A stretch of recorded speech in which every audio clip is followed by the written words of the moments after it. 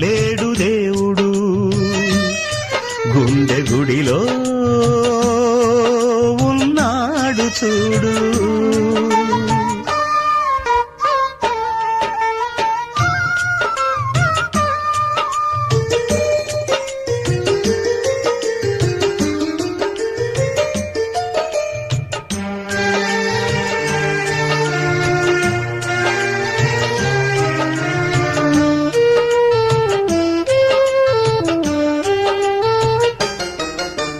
వృత్తుల పేరిట కులము వచ్చింది, దేవుని పేరిట మతము పుట్టింది.